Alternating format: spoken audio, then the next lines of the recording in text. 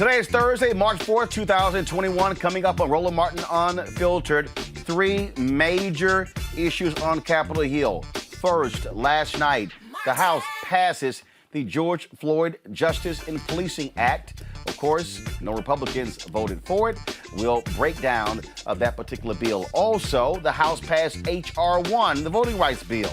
Now it moves over to the United States Senate. Speaking of the Senate, Vice President Kamala Harris broke the tie, causing the COVID bill to move forward as we speak. There's a reading of the bill because Wisconsin Senator Ron Johnson wants to be an ass, so therefore he has the House clerk reading the entire 628-page bill. It's all good. An increase in the child tax credit could go a long way in reducing poverty in this country. We'll talk with Wes Moore, CEO of Robinhood. Michael Brown's father and Ferguson activists, they want Black Lives Matter to pay them $20 million for their organizing efforts. The Tampa, Florida Police Union wants the black officer who used the N-word to actually get his job back. Ain't that special? No, I'm sorry. Ain't that special? No, but you know what? If he actually shot somebody, he would simply been suspended. Texas and Mississippi are both eliminating their COVID restrictions in spite of warnings that it's too soon, and a D.C. favorite restaurant, Jerk at Night, is being forced out of their location. We'll tell you why. It is time to bring the funk on Roland Martin Unfiltered. Let's go. He's got it. Whatever the biz, he's on it. Whatever it is, he's got the scoop, the fact, the find. And when it breaks, he's right on time and it's rolling. Best believe he's knowing. Putting it down from sports to news to politics. With entertainment just for kicks, he's rolling. It's on go, roll, y'all. It's Roland Martin, rolling with Roland now. He's funk, he's fresh, he's real, the best, you know he's Roland Martin now.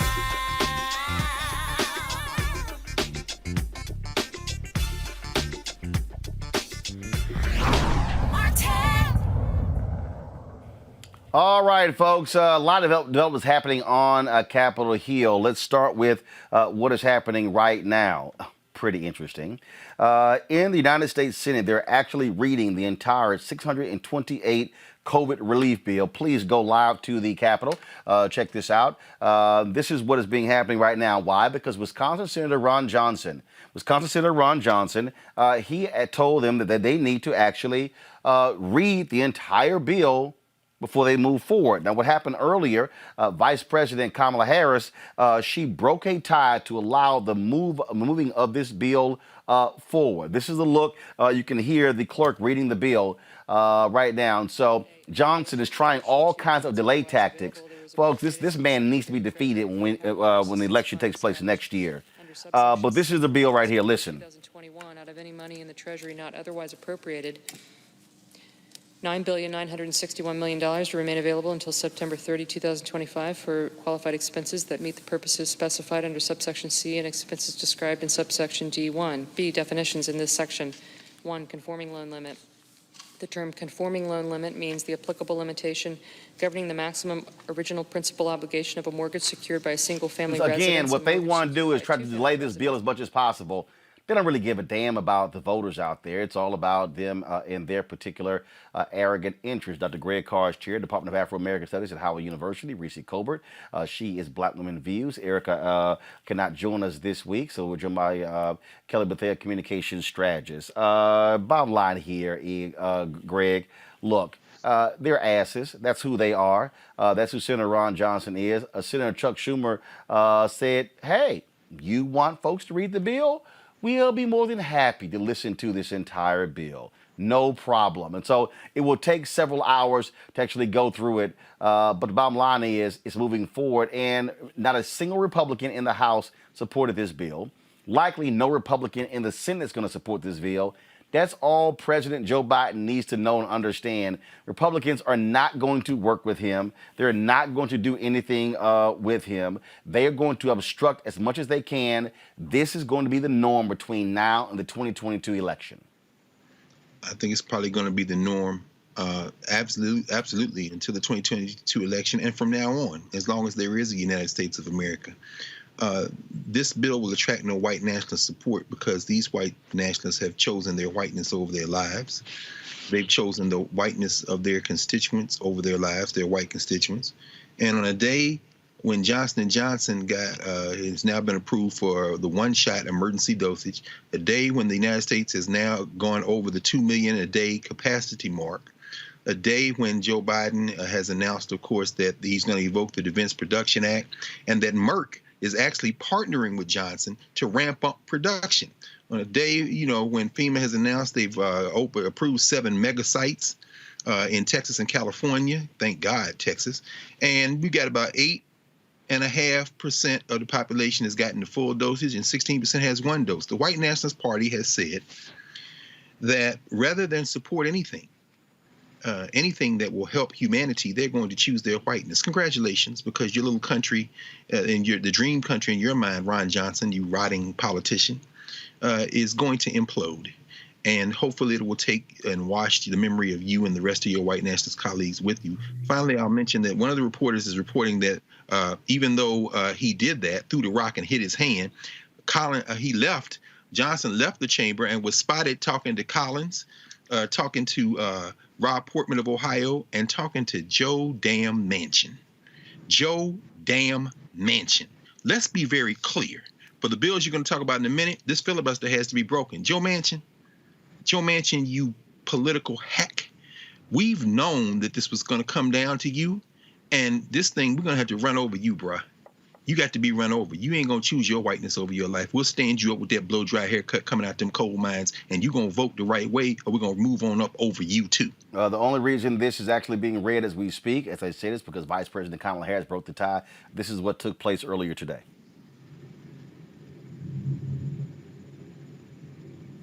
The yeas are 50, the nays are 50, the Senate being equally divided. The Vice President votes in the affirmative, and the motion to proceed is agreed to. Madam President, Mr. Majority Leader. I have an amendment at the desk, and I ask for its immediate consideration. Oh, excuse me. The clerk will report the bill, please. Calendar number 10, H.R. 1319, an act to provide for reconciliation pursuant to Title II of S. Conres 5. Majority Leader. Madam President, I have an amendment at the desk, and I ask for its immediate consideration. The clerk will report the amendment, please. The Senator from New York, Mr. Schumer, for himself and others, proposes an amendment numbered 891.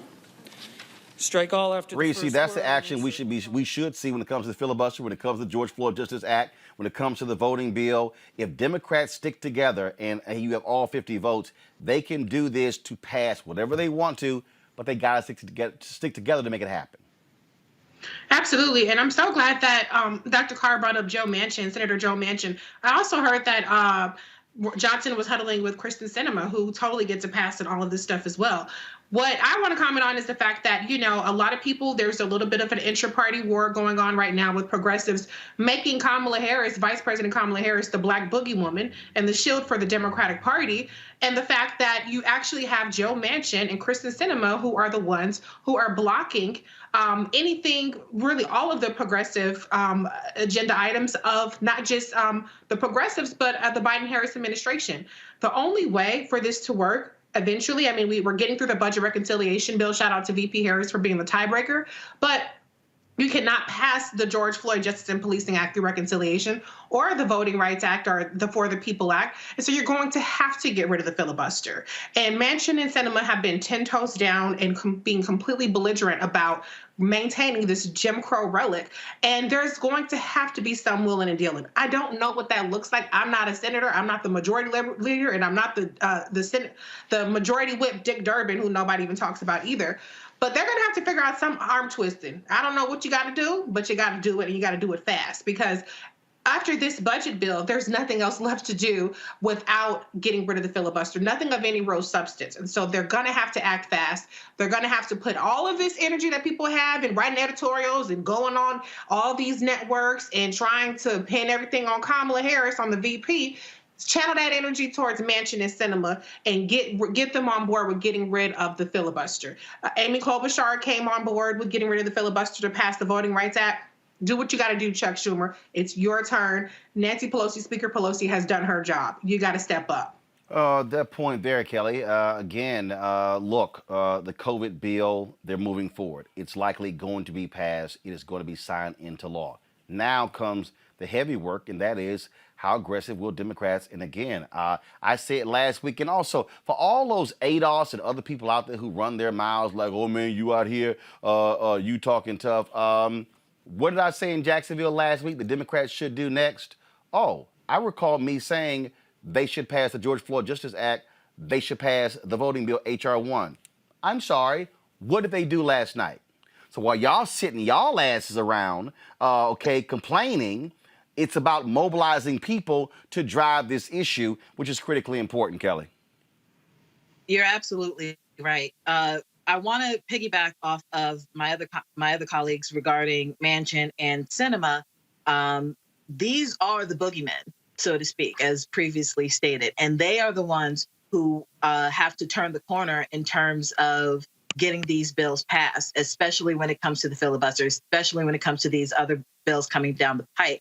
My issue is with Democrats being so splintered. I think it's interesting how we see the splintering in the Democratic Party, but we see the splintering when it comes to the Republican Party. But the difference is the Republican Party, for better or for worse, will unite against anything so long as there is a united front. Something tells me that there are Republicans in the Senate who agree with the bill, but because they understand the power of the party as a whole, they fall in line. Democrats need to do the same. And in any case, we actually are in the right to do the same because there's nothing on our agenda that should be disputed, that should be compromised in any way. Manchin is in a very relatively red state with very blue problems. So he needs to get on board with the blue and vote accordingly. Same with Kristen Sinema. I don't understand why it is like pulling teeth to do the right thing on either side of the aisle.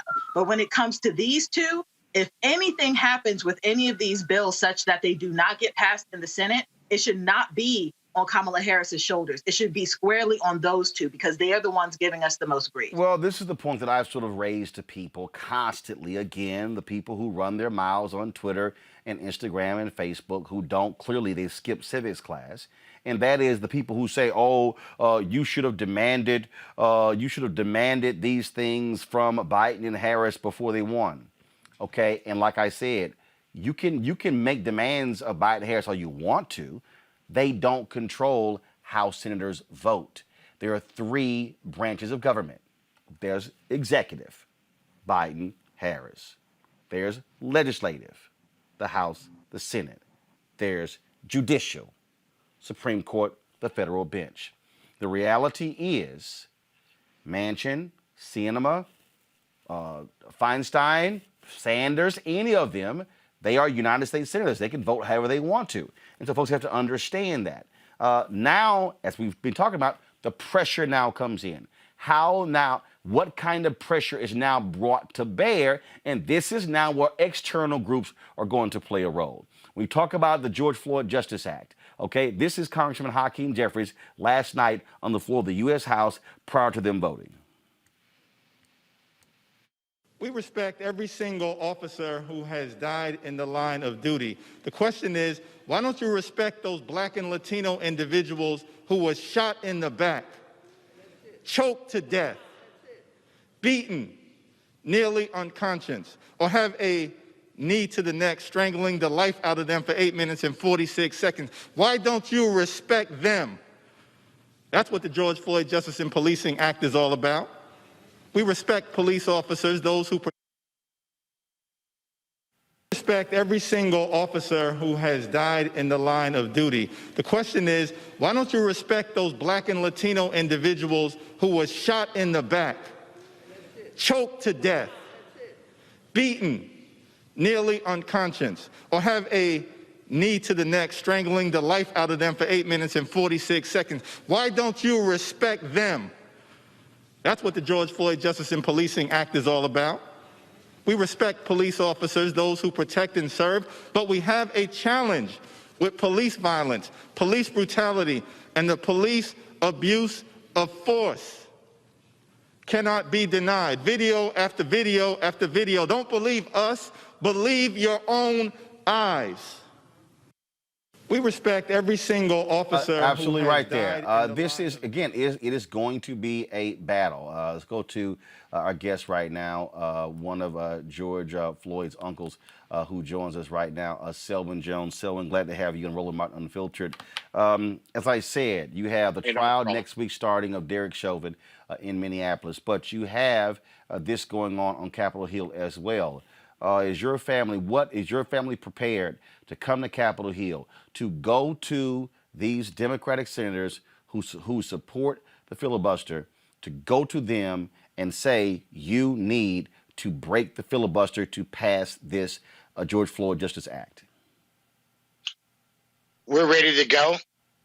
I'm ready to go. Mr. Roland, I've been all over the country expressing my want with the George Floyd Policing Act, because we gotta have it. If we don't have it, we're not slowing anybody down, and they're going to continue to treat us like second-class human beings. You know, somebody mentioned getting shot in the back. Well,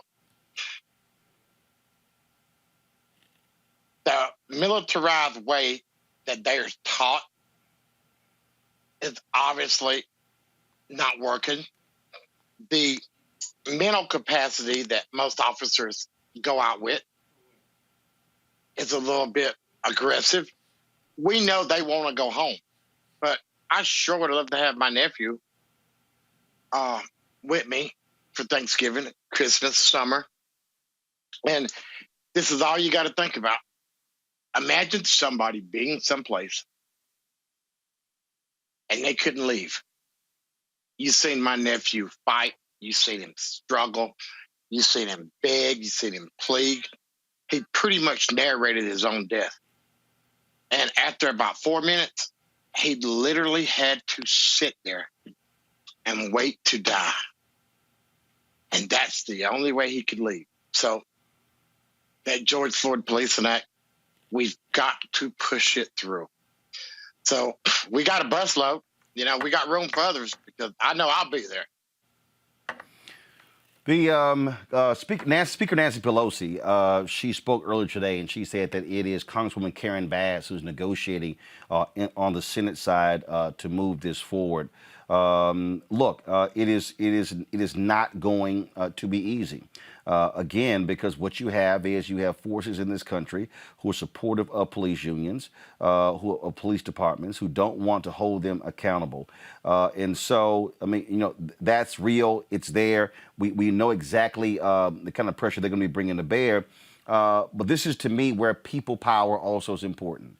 This is where the families of victims of police brutality must be in the face of these Democrats and say, you are in the majority because black people voted for you. You're in the majority because black people went out to the polls and they actually cast ballots for you. Now is the time for you to pay folks back. That's what has to happen right now, Selwyn. Do we still have Selwyn? I think we lost him. Be sure, let me know when we get him back. That's the issue right there, Reese. Again, they have to feel the pressure. I constantly said during the election, and voting is one process, after the election is another process. For all these people who are running their mouths, who want to sit back and say, ooh, what has Joe Biden done for us? He ain't done nothing for black people. Who's been there 6 weeks? I said, you got to do work after the election. You can't sit back and go, hey, I had a meeting. They said they were going to do this. It's all good. No, you have to be there. Looks like we have Selwyn back. Selwyn, that public pressure has to be brought to bear on people. Selwyn, go ahead. Now, repeat that again. What were you saying? I said that the public pressure has to be brought to bear on these politicians to make them do what is necessary. you know what, man? 4 things I live by: communication, education, conversation, and communication, conversation, education, and irritation. Things don't work unless somebody shakes something up. So if we got to get in their face, if we got to sleep in their front yard, you know, me being a 54-year-old Jim Crow black man born in a little rural town of Goldsboro, North Carolina, I've seen this power and control my whole life. And what we literally saw in Minneapolis was probably one of the most heinous things I've ever seen. And it's just so crazy. Why can't everybody get together and do what's best for the country and do what's best for all races, black, white, green, yellow, orange? Because this is all the human race. We have to live here together. Why can't we figure out a way to be peaceful? You know? Well, that is the desire, but the reality is this here, and that is when you give people the power of guns and badges, and they believe that they are all powerful and all knowing, this is the issue that we're dealing with. It's horrible because, you know what, Mr. Roland, what gets me is I go back January the 6th. And that's probably the most despicable thing that I've ever seen. To think that we live in a country and us as black Americans know that if that would have been us touching the fence, we would have all been executed and shot. But yet we can have 467 people arrested in Black Lives Matter March in July, and they're still at what, 140, 150? So these different standards for black or white, Asian, Hispanic, somehow or another we have to put them where they need to be, and that's not in the place. Because, you know, man, this is a conversation we could talk about till we're green in the face. We have to have leadership to make the right decisions. Because as far as I see, as far as a lot of people see, a lot of right decisions haven't been made for black people. You know, and that's all we ask. We don't ask. I don't want no special treatment. I just want the same things that the other people get. They don't get shot at. They don't get hung. They don't get lynched. They don't get killed in the middle of the street. Why do that to us? Because I have my whole life to wonder, how would my nephew look to be 65? You know? What about next Christmas? What about his daughter? I get to go to her graduation, but he doesn't. Right there, Big Floyd. It's all right, man, because we are making a change for you, and the whole world is with you, my man. Selwyn Jones, I appreciate it, sir. Thank you so very much. God bless you, my man. Appreciate you. Thank you very much. Reese, pressure. For the people who just think, hey, you know what, I voted, I'm good. No. It's not going to happen without that pressure. Yeah, right. I need people to set aside the 2024 presidential primaries. First of all, there's a possibility that President Joe Biden might run again. I know he's old, but he might decide to run again. So set aside that. Set aside the political posturing to try to undercut, VP Kamala Harris, and focus on where the work lies, which is in the Senate, which is with Senate Majority Leader Chuck Schumer. It's time for him to step the hell up. It's time for him to feel the pressure. I don't see that he feels like he's under any pressure. I haven't seen it. You don't even hear his name mentioned. If it was Speaker Pelosi who had trouble wrangling AOC and Connor Lamb, it would be nonstop coverage of it. But we see Chuck Schumer and Majority Whip Dick Durbin getting a total pass. We see Senator Manchin getting a total pass. What has to be impressed upon them, and I hate that we even have to make this argument, because why do we have to continue to justify our humanity to these people? But we have to press upon them that the humanity and the full citizenship of Black people and brown people in this country goes above and beyond this Jim Crow relic. And they have this allegiance to so-called procedures and so-called standards that keep their foot on our necks. And so that's unacceptable. So I don't, like I said, I don't have the answer, Sway. I really don't. I wish I did. But this is not a matter of tradition. This is not a matter of, well, what we have to keep the filibuster in case the Republicans get in. What they're gonna do whatever the hell they want to do. That's what they did to get all these 200 plus judges plus 3 Supreme Court justices. They're gonna do whatever it takes. It's time for the Democrats, specifically the Senate Democrats, to step up. And everybody who cares about this activity, about these acts passing, they need to be pressuring the Senate folks, okay? The Senate folks. That's where the ball is in their court. The House is done. This is now a Senate issue. Put all guns blazing there. I'm not saying have it a firing squad, but you have to ride their asses, period. This is a video that Congresswoman Karen Bass posted on her Twitter page. Go to my iPad, please. And then, of course, it reminds folks of what took place with George Floyd last year. Also, right there, 100 unarmed people brutalized and killed by police since George Floyd was murdered. Since. That speaks volumes that goes beyond George Floyd, that you have to address this issue among these out-of-control cops, Kelly. The fact that we are still in this predicament day in, day out, decade after decade, it just shows you just how stagnant, how slow, and frankly, how comfortable we are as a nation with this happening. Certainly not Black people, but as a nation, we are comfortable with Black bodies dying, certainly because the systemic racism that lives within. But thankfully with this bill, one of the main things that is a part of it is a national registry for these crimes committed by police officers to actually be documented and logged in, similar to how you have a national DNA database for criminals. There would be a nationwide database for crimes that cops do. And if you are a cop who kills unnecessarily, you should be treated like the criminal that you are. So this is a great step in that direction. Now, to Reese's point and your point, Roland, regarding applying pressure, specifically in the Senate, it is not, the irony is not lost on me that once again, Democrats are relying on a Black woman to get things done.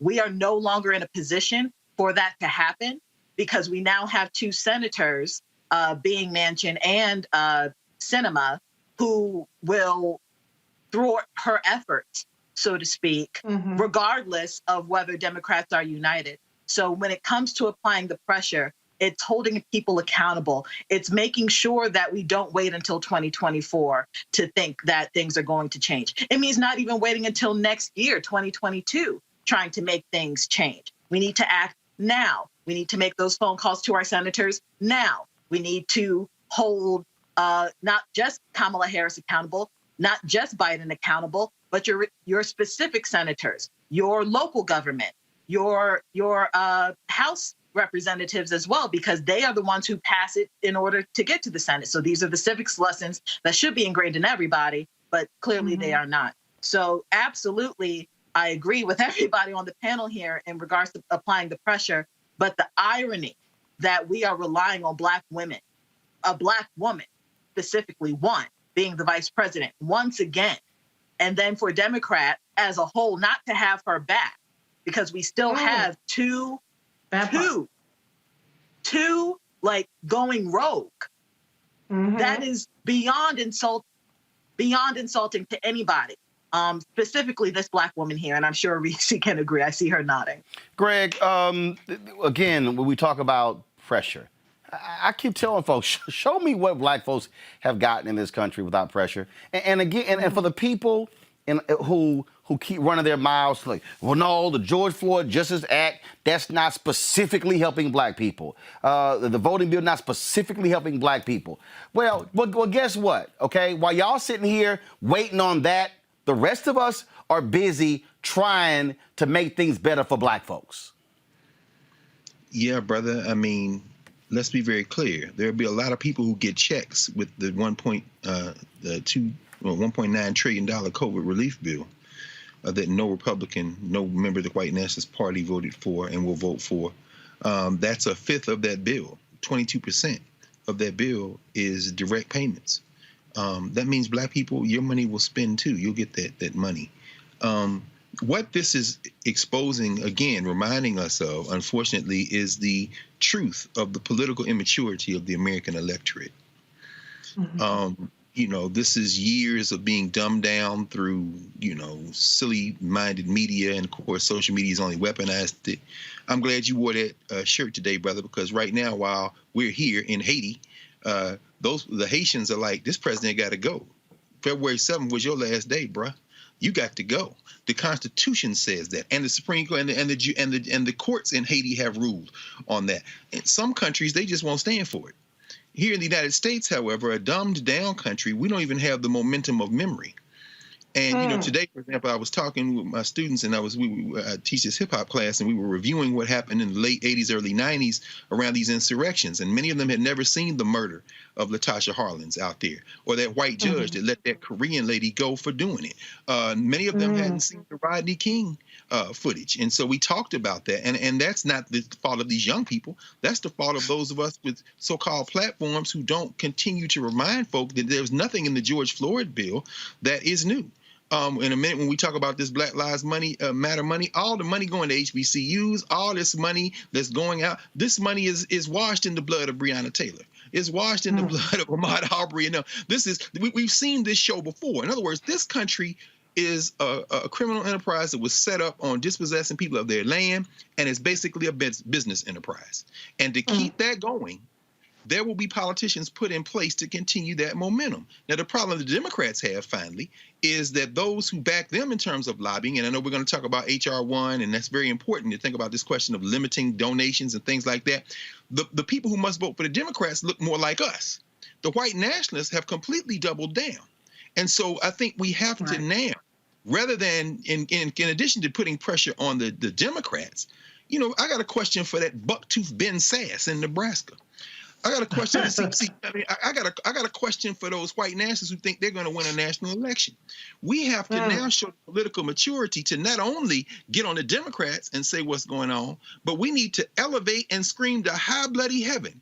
You white nationalists over there who are getting a complete pass because nobody expects you to do anything different, we're going to put your faces up next to these toothless, ain't getting no vaccine, homeless, lights out in Texas, white people who you have deceived, and we're going to posterize y'all because y'all getting a whole pass to stand up and saying no. We're acting like there's only 50 people in the United States damn Senate. No, every member of the White Nationalist Party must now be crucified on the altar of common humanity. They are enemies of humanity. The reason they had to have a late session last night is because their friends threatened to come back down here and repeat what they did on January 6th today. You're white nationalists, you're enemies of humanity, and you must be destroyed politically. You don't get a pass because you're not behaving as human beings. But then when I say put pressure, what I'm talking about is, remember, we are still constituents. And that is black folks in Nebraska. That's right. Put that pressure on Sass. Black folks in Utah, and ain't many of y'all, put that pressure on Mitt Romney.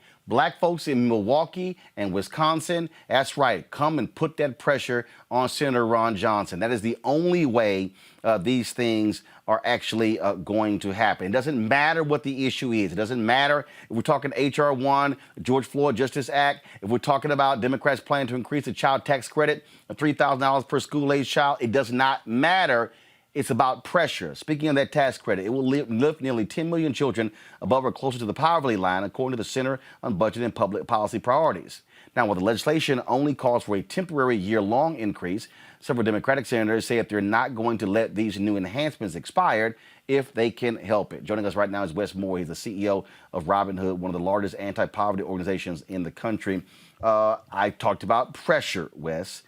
This is one of those issues that, again, what people have to realize, we've always done it. We've always seen the activism of African Americans.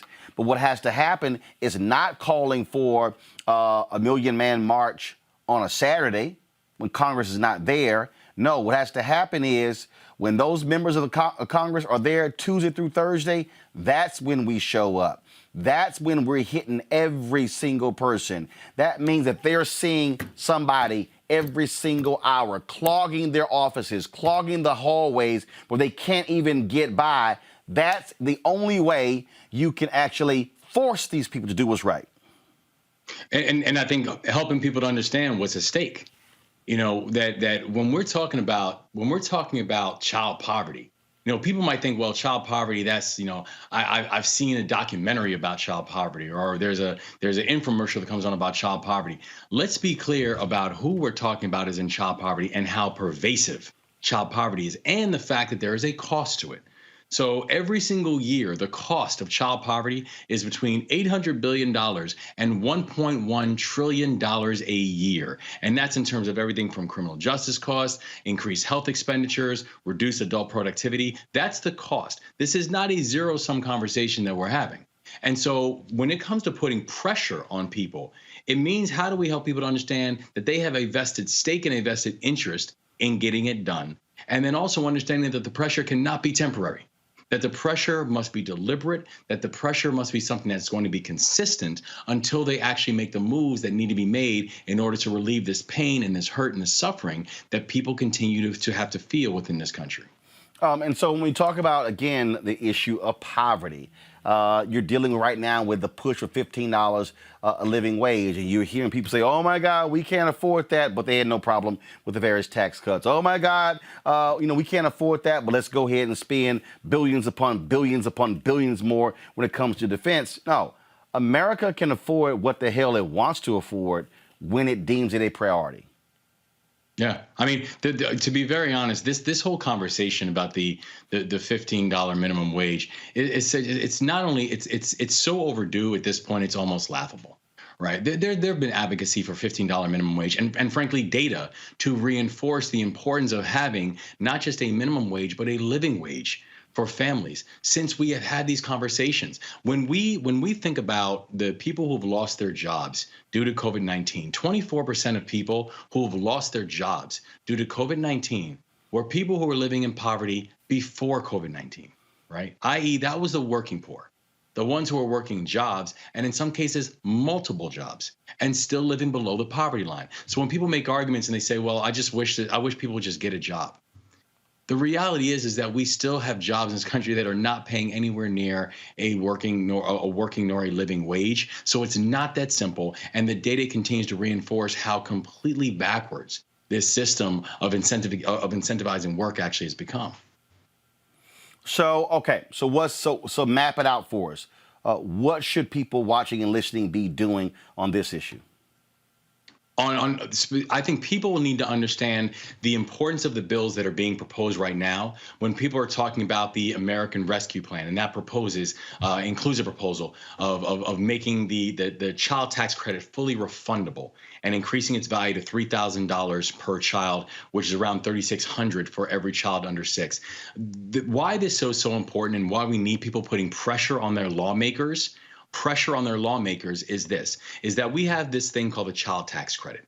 And that is America's largest anti-poverty policy tool. It provides around $2,000, a $2,000 credit per child to offset the cost of raising children, right? Here's the problem with that tax credit. Currently, right now, that tax credit leaves about over 24 million children out because those children are too deep into poverty to qualify because there's an economic earn-in that you must actually get to qualify for the tax credit. Our largest anti-poverty tool actually has over 24 million children who are left out because they are too deep into poverty. So what people need to do right now is contact their lawmakers and to be able to push for two basic caveats. One is that tax credit must be fully refundable.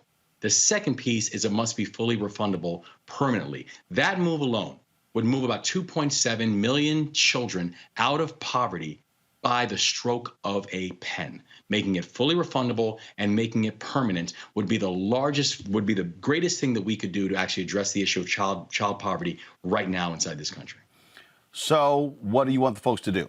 Call, email, exactly what? Because at the end of the day, We got to mobilize and organize people to do something and not just talk about exactly what should happen. I want folks to remember that this is not any form of partisan issue. I want you to call your lawmakers, call your senators, particularly if you are in states like Florida, states like Tennessee, every single state that you live in. I need you to call your lawmakers and let them know that making the child tax credit both fully refundable and permanent is a priority. And then get all your friends and all your acquaintances, all your family members to do the exact same thing. We are on the goal line of having the greatest child poverty policy issue getting into the end zone. But we need people to push their lawmakers to do better and to do better permanently and not let them off the hook. All right. Wes Moore, I appreciate it. Alpha's always leading. Thanks a bunch. Good to see you, brother. Absolutely. Go back to my panel on this one here. What Wes laid out there, we talk about poverty in this country. Reverend Dr. William Barber and the Poor People's Campaign, they've been pushing this issue. I go back to this here. Reese, America affords what it wants to afford when it wants to afford it. Right. The good news is that it's already in the American Rescue Plan that VP Kamala Harris has broken the tie for. There is consensus among the 50 Democratic senators that need to vote for it in order for her to break the tie again, to pass the bill. And so what was just discussed was really about making it more permanent.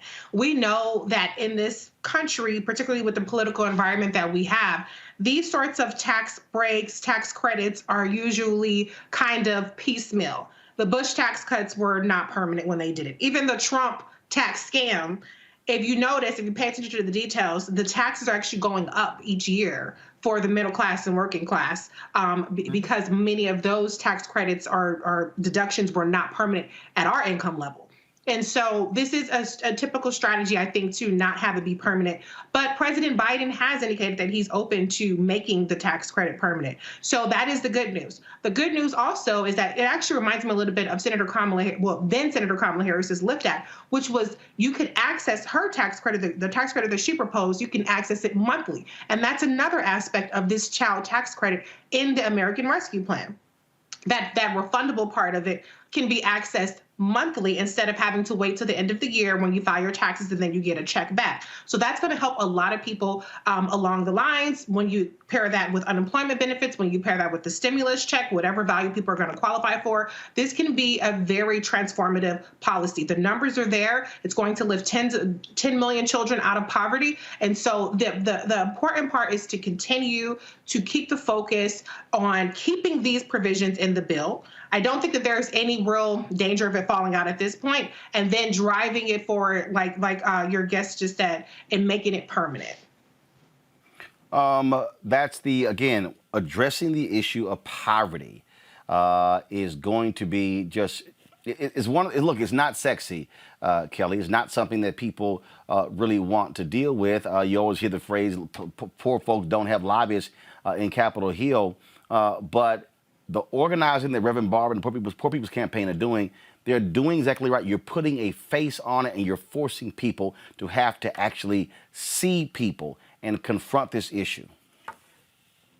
Absolutely. The fact that we are still considered a minority in this country, yet we make up the majority of those who are living in poverty, is an abomination in and of itself.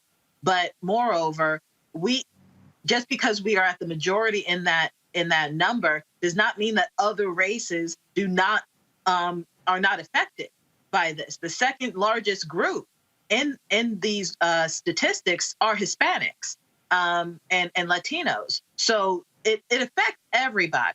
It affects everyone. And just because we are giving people or trying to give people a higher minimum wage, that of $15, data shows that wouldn't even be enough, because that doesn't even match the level of inflation that we have right now in order for people to be out of poverty, even with $15 an hour. So there definitely needs to be even more measures on top of the stroke of the pen, such as Wes Moore was talking about, in order to truly rectify this issue.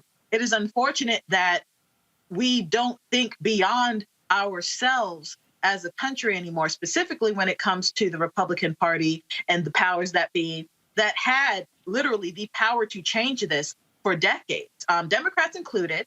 but it is something to be said when the mantra for the GOP has always been pull yourself up by your bootstraps. Well, what if you don't have any boots? What if you don't have any straps for the boots? What if you just do not have what is necessary on your own in order to bring yourself out of the muck and the mire that, frankly, the government put you in the first place? So this bill would just be the first step in a litany of steps and bills and initiatives that would need to take place in order for America to actually be great and to make sure that the richest nation in the world is actually reflected in the people who live in this country. Great. No, Kelly hit it on the head. I mean, I, for one, don't ever think America will ever be great, not in its current configuration. Its foundation is rotten. But that having been said, it can be better than it is. And Kelly, I think you hit it right on the head. Like COVID, hunger doesn't know a race. And yes, Black and brown children are the most at risk. But let's think about this for a minute. And Kelly, I mean, I can't really, echo enough what you said. The poverty guidelines, a lot of you don't even know. A family of three, $21,960. Where they doing that? A family of six, $35,500. And anybody over 8, you get $4,540 for that additional head. Can nobody are y'all serious right now? In other words, even, and I agree with you, Reese, this will probably pass. I mean, now, as you say, Kelly, it's going to be made permanent. Do we need to push, and I agree with Brother Moore. Wes is like, call your senators, call Tennessee. Shit, Marsha Blackburn out here caping for Neanderthals. So, I mean, let's be very Just had it into a compliment. You know what I'm saying? Yeah, sure, exactly right. But and I'm from Tennessee. In East Tennessee, in them hills, down there in Middle Tennessee and in West Tennessee, down in the Mississippi, you got children who don't have enough to eat, who are all colors. And if she don't give a damn, you need to break her damn political back. If this country's going to be something other than what it is, it's going to take more than Black and brown people trying to drag the dead carcass of white nationalists across the finish line. Because they, at this point, seem to be poised, they're politicians anyway, to say, we will let you starve, we will let you die, rather than work in your interest. Some of y'all who don't look like us, you better wake up before you go to sleep forever. Because eating is something we all have to do. And if you put a child in harm's way, then damn it, forget great. The only question is, if there's a hell below, how many of y'all going to go? Folks, got to go to a break. We come back. Michael Brown, his dad, says, Black Lives Matter, y'all raised $90 million. Y'all should send $20 million of that to the folks in Ferguson. Can't wait to hear my pal has to say about that when we come back on Roland Martin Unfiltered.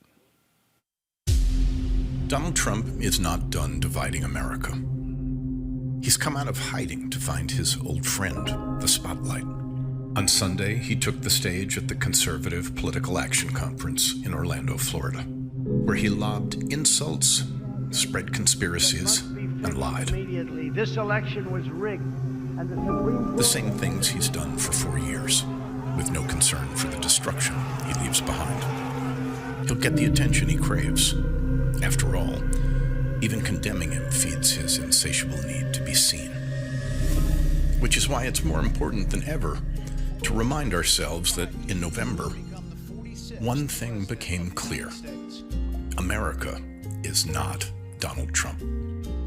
America is the people whose names you may never hear, whose only fame will be among those whose lives they touch, but who are the best of America, all the same. They're doctors, nurses, healthcare workers, the people working tirelessly to get every American vaccinated against COVID-19. They're the disaster relief workers and first responders, holding up their Texas neighbors during the harshest winter the state has ever seen.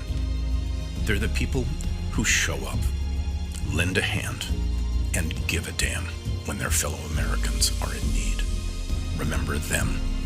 The lives they lead are the best proof that Trump is a liar. Because America's greatness comes from us, not him. Are you geolocating people through the FBI? based on where they were on January 6th? He asked you about the geolocation and metadata aspects and gathering related to gathering of metadata, that is related to your investigation into the January 6th riot. Tell me what you know about this. So is the FBI accessing cell phone tower metadata from telecommunications companies? Shortly after 2 p.m., as the siege was fully underway, Senator Lee describes it, the phone rang, it was Donald Trump. I hope you can understand my concern. Sure, you can appreciate my concern here. Unfiltered.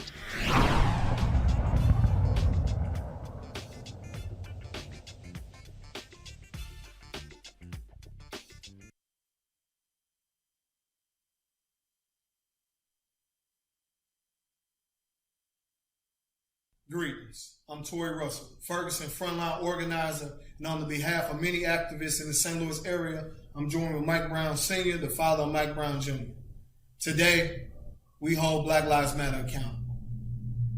The movement that is catapulted into the limelight has forgotten about Ferguson and the freedom fighters. Freedom fighters like King D. Seals, Edward Crawford, and Danye Jones have literally given their lives to the struggle, but are rarely spoken about and families are not taken care of. Brother Ali, Joshua Williams, and many other political prisoners from the Ferguson movement are incarcerated or have been and still has received no assistance from Black Lives Matter. What kind of movement are we building where we're saying Black Lives Matter, but the freedom fighters and the families are being left behind? Where is our restitution? Where is our organizing? Where is our building of a movement? We have groups like the Lost Voices and the Freedom Fighters here, and thousands of other youth activists in their 20s and 30s have been out in the streets protesting for months and months and years for years. Still forgotten. We're asking that Black Lives Matter leadership funds $20 million to Ferguson organizers, organizations, and community foundations to do the work. We're not begging for a handout. We're coming for what we deserve. Today, as we demand the $20 million to go to Ferguson as restorative measures so we can continue what we started, here's what we'll be organizing.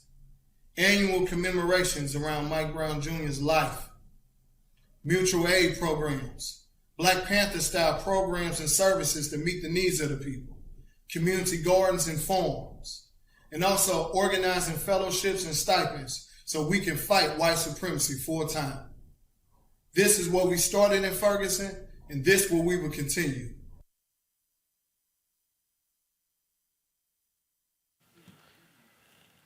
This request comes after the Black Lives Matter Global Network Foundation revealed it received more than $90 million in donations in 2020, mostly after the death of George Floyd. Now, of course, the movement gave national attention following the protests that took place with, in many ways, a level of energy after Mike Brown. But remember, you also had events taking place before that where you had John Crawford III that took place in Beaver Creek, Ohio. You had, of course, Eric Garner in New York, previous deaths as well. This is the question that that has to be put out there, Greg. Black Lives Matter Foundation, they've come forward and announced they've got $90 million. How much has the NAACP gotten? How much has the National Urban League gotten? How much has other black organizations gotten? And now the question is, and this is real, if all of these groups, we had Derek on, and I've been told the NAACP has gotten in excess of $100 million. So the question now is, so if let's just say the NAACP got $100 million, and the Urban League got $100 million, and Black Lives Matter got $90 million. That's nearly $300 million that has come in after the death of George Floyd. The point they're raising is, which is a legitimate question, should the local organizations that sparked these protests that made the story go national, what are they owed? Roland, you made a very good point the other day, brother, when you were engaging in the conversation about the nature of relationship between national organizations and local branches or local chapters. This isn't anything new. We made that point with NAACP, with the Urban League. The distinction between those formations and Black Lives Matter is that Black Lives Matter really started as a kind of social media phenomena that very quickly pulled into formation long distance runners, folk who had been involved in movement work, folk who were new to movement work, folk who came in to pose and take pictures and grift off movement work, and the epicenter of Ferguson. And as you said, I mean, we go back to 2014 with Trayvon Martin. The idea then, the impact of social media is now you have formations that didn't begin as formations. When they called the meeting at Cooper's Union in 1909 to form what became the NAACP, black people were in the minority. In fact, they kept Ida Bell Wells awfully. And so what you've always had with the NAACP is a tension between local chapters and local branches, college chapters, and the national, which has been heavily influenced by corporate donations. And here's where I'm going with this. You see, liberation struggles are not subsidized. And if history has taught us anything, certainly in the previous iteration in the 60s with SNCC, with the Panthers, what you see is that the minute there are huge infusions of cash in clusters, and what was not released last week were the names of the big donors, you're seeing an attempt to influence the direction of a movement. This country is a corporation that uses politics as a shield. When Billie Holiday, in the first chapter of her memoir, Lady Sings the Blues, said, not the first chapter, it's one of the subsequent chapters, when she says, when it was the United States versus Billie Holiday, she said, I felt like it was the whole United States versus me. Sis, you're right. It is the United States versus black people.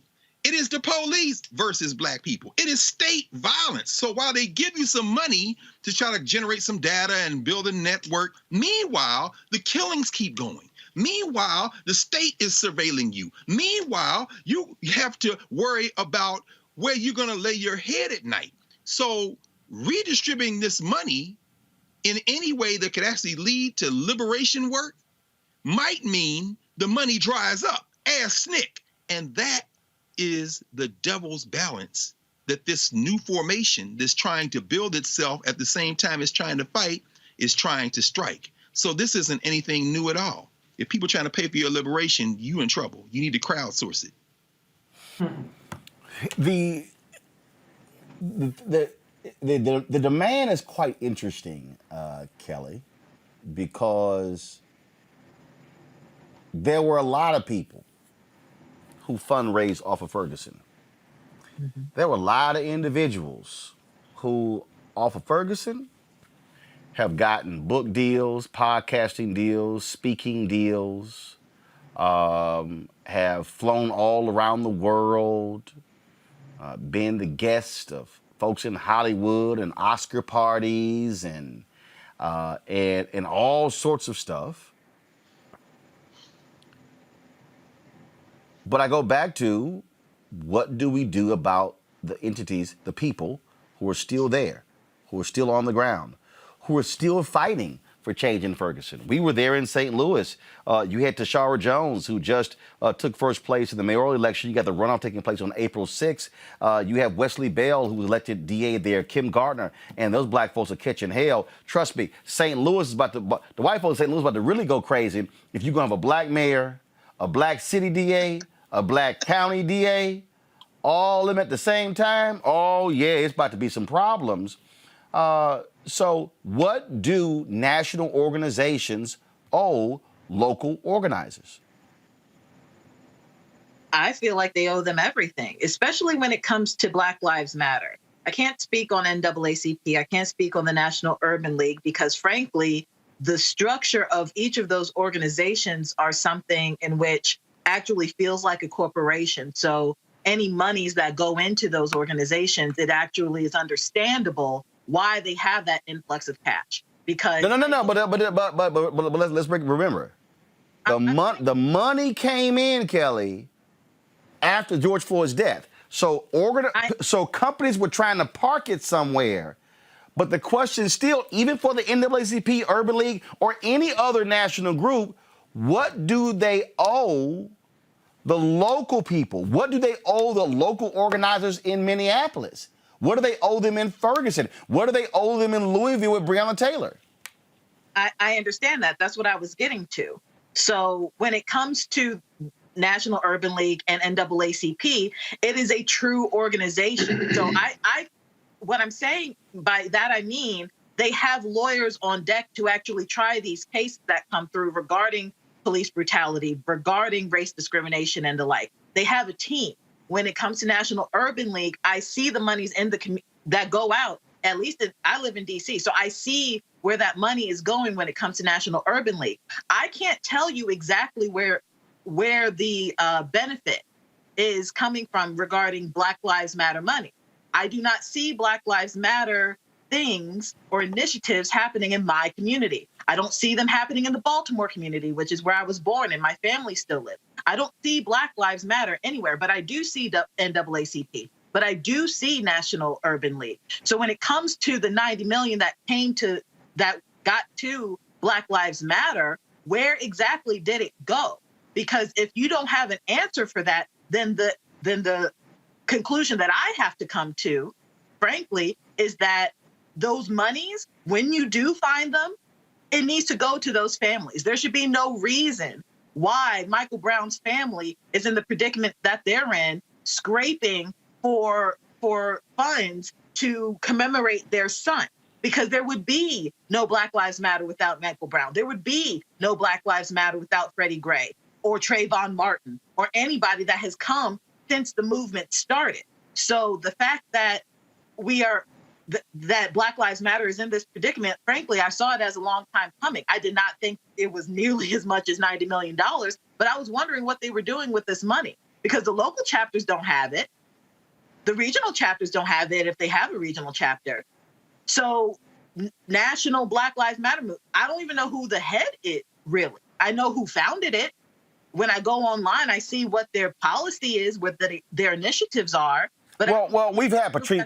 Well, first of all, we've had Patrice Cullors on the show, who is the leader of the Global Network, who to explain all of that. But the point that you're raising, Reese, I've heard some NAACP chapters say we ain't seeing the money. So I mean, again, let's just be real. I'm talking about, and I've been on the ground. I've been on the ground in multiple states where I've heard folks say, "Hey, National isn't kicking that money back." I've already heard folks even raising the question, all right, all this money came in. The bottom line is this here, and when I talk about the money, I look at the money from two perspectives. Not just how much money came in, but Reese, I want to know what race equity indexes, scorecards are being established by these entities. So here's what I mean. If you're Black Lives Matter Global Network, the foundation, and money's coming in, and if you're the NAACP and money's coming in, and you're the National Urban League and money's coming in, and you're the NAACP Legal Defense Fund and Lawyers Committee and money's coming in, I want to know, are those organizations looking at the check and saying, okay, you're donating $1 million. I need to see the blacks on your board of directors. I need to see who are your Black senior officers. I need to see what is your supplier development with Black businesses. I need to see, are you investing money in Black banks? I need to see, are you also spending money on Black media? I need to see, are you using Black law firms? I need to see, are you using Black bond companies? I need to see, are you using Black advertising agencies? See, if you start asking those questions, that $1 million they gave could be paltry compared to the monies that Black entities could be receiving by virtue of doing business with the company. I don't know if those questions are being asked and demanded before the checks are being deposited. That's a good point, Roland. I think, one of the issues that we have is that we go by what's most popular. And it's easier to write a check to a big name, and I have great respect for the NAACP, particularly the Legal Defense Fund, which does amazing work, and the Urban League, and even the Black Lives Matter movement. But I think what the issue is that all this money flows through them, and so they're the middleman, or they're cash hoarders. I can't speak on the positions of NAACP and Urban League, but specifically with Black Lives Matter, they have $60 million cash on hand out of the $90 million. So the money is still there, but essentially they don't have the protocols in place. They don't have the criteria in place to really distribute that money in a timely manner. And maybe perhaps they're concerned about it drying up and they don't want to make promises and things of that nature. But the bottom line is that I make this point about, validating black outlets, black creators, black businesses, is that we have to sometimes ourselves think beyond the big names and actually look at what's happening in our local communities. And sometimes we have a mistrust of our local community organizations,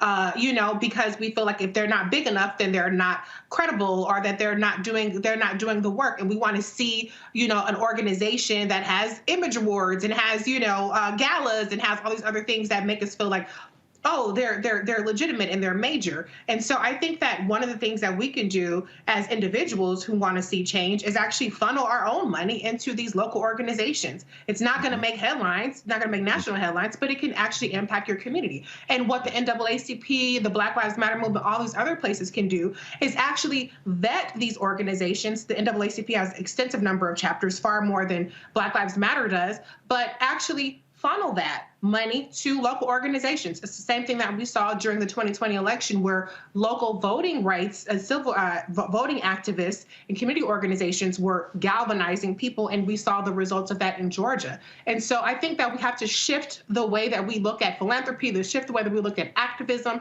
shift the way that we look at how our money is being spent, and actually do the research ourselves instead of just writing a check to a big name organization. Or in some cases, people create their own organizations that have high overhead, that don't, like you said, don't recycle black dollars, and nothing is getting solved. $300 million can go a long way, but if you're only funneling that money to the big name organizations and the food bank down the street, or the people who take, that provide, relief to people in their community, they get asked out, like Michael Brown is saying. I don't know where $20 million comes from, but to their point, the local people, the people that are doing the work, if they get shut out, that's a problem. So if you can't spend the money, then get the money to the organizations that can. The last thing I'll say is this is something that they did, particularly with the immigration aspect, when there was the child separation that was happening, where you had the immigrant activist organizations where they said, okay, we have too much money. These are other organizations that you should be sending the money to at this point. And so sometimes organizations have to say, hey, time out. Don't just donate to us, donate to these organizations. If it's a Minneapolis thing, go talk to the Minneapolis Bail Fund, or whatever the situation may be, and try to not necessarily hoard all the money themselves. This is also for people who don't even understand, who have no understanding of history. Greg, this is not new. The reality is Ella Baker was a huge critic of national entities coming into cities, sucking up the media attention, coming in, raising money, and then taking that money out. Dr. King was very cognizant of that. April 3rd, 1968, at that speech at Mason Temple, the mountaintop speech, he talked about the SCLC opening a bank account with a black bank there in Memphis. Folks were being very deliberate with that. What I hear from Michael Brown's dad and this organization is, we are here doing the work. We are starving in order to mobilize and organize our people to actually affect change. Yet all of y'all others came in and raised money off of us, and none of that money ever came back to our community. Right. Well, Roland, you're right. I mean, I'm glad you raised the name of Ella Baker in that regard. It's funny. I was just reading a book, small book that was published by the congregation at Dexter Avenue Baptist Church. Dr. King, in that call, he has direct experience with that. during the Montgomery bus boycott, as they were raising money literally from pennies to dollars from black communities and others all over the country, every time they would get money in Montgomery, they distributed that money across 10 black banks in the country. That allowed them to buy a fleet of cars. That allowed them to pay for repairs for those cars. That allowed them to pay for fines as the Montgomery police tried to put them out of business by fining the taxis for not paying the fare or whatever. In other words, it was, and Reese's point is a point we really have to really consider, I think, and you're making the same point. When each gives a little from what we have, we don't have to do a lot. No individual has to do a whole lot. That is the philosophy if you're talking about a liberation struggle. We live in a capitalist society. The tiny black elite, the tiny black upper class has benefited from the black movements that have taken place in this country. But in a capitalist structure, it is created in a way to engender this aspiration to become a member of that tiny group, not realizing that there's a cap on the number of people that can be in that class in a capitalist system. Mm-hmm. So when you're dealing with the poor, when you're dealing with folks out on the streets of Ferguson, these corporations, these big donors are given money, but the money will then go to reinforce the structure of civil and human rights work, the template for which is set by the political economy of the country. So then what you're going to see is these emerging institutions will look like the legacy institutions. They'll have directors, they'll have secretaries, they'll have offices, they'll be paying rent in buildings they don't own, they'll be flying in car and staying in hotels they don't own. And in other words, and they'll be pushing for policy, incremental policy change. And if they do go out and hire black folk, if these corporations hire, it'll be individuals. It's the same kind of model that creates the slim, well, not slim possibility. What Randall Robinson critiqued in his memoir when he was talking about the late Vernon Jordan, our new ancestor, he called it Vernon Jordan syndrome. Because remember, Vernon Jordan left the Urban League and went into private practice and said famously, I ain't no civil rights leader. In other words, when you have individuals make advancement as a result of group movement, you're not going to see in the society those who are at the top, because that ain't the black middle class, who are hanging on this precarious perch by their fingernails. You're going to see those at the top, they're going to invest in keeping that system going. They may let a few Negroes in, but them people on the streets of Ferguson, hell no. That's why the police attacked them. The only choice, well, I won't say the only choice, the best strategy we have, as Reese just said, every one of us needs to do and follow the model that you're building here with Roland Martin Unfiltered. Everybody put something on it. And if anything comes from other places on top of that, let's work so that that's gravy.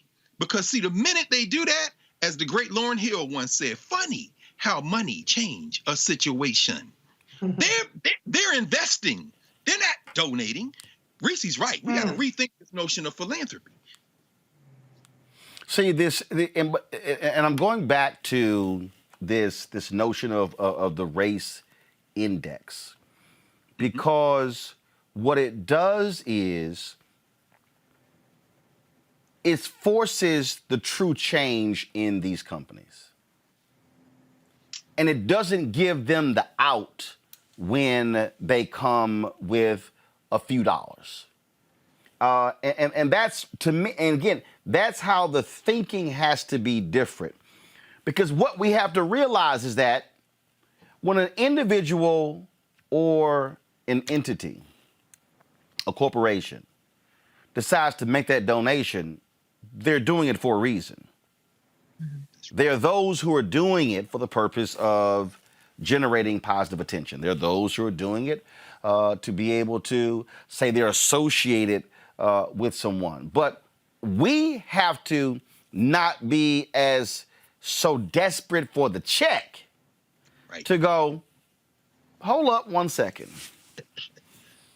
Let's have a broader conversation about your company and what it is that you're doing. See, we were discussing the other day Walter Geer's criticism with regards to Ad Color and them hiring a company with Drago. I got an email from them from the folks with them, and they said that no, they didn't hire them. He had his facts wrong. That wasn't the case. But I asked the same question when organizations hand out diversity awards. And we're living right now in a time where everything is DEI, DEI, DEI, DEI, DEI, diversity, equity, and inclusion, DEI. And I go, well, who's actually benefiting other than the DEI person y'all hired? That's right. See, I think our demands have to be far deeper and bring a much different level of accountability. I go back to, and y'all keep hearing me talk about it, I go back to Operation Breadbasket. They did not, starting with Reverend Leon Sullivan in Philadelphia, going to SCLC, moving to Chicago, they didn't go to companies and say, hire black people. They didn't go to companies and say, well, donate to our cause. No, they approached them in a vertical and a horizontal way. They said, we want to see people here, here, here, here, here, here. Money going here, here, here. To me, the power of organization is when a company comes with a check and you say, thanks for the check, but let's talk about some other stuff. Said company, what partnership do you have in any way with your nearest HBCU? Good question. If there's no HBCU that's in your city or in your state, okay, what partnerships do you have with your predominantly black high schools to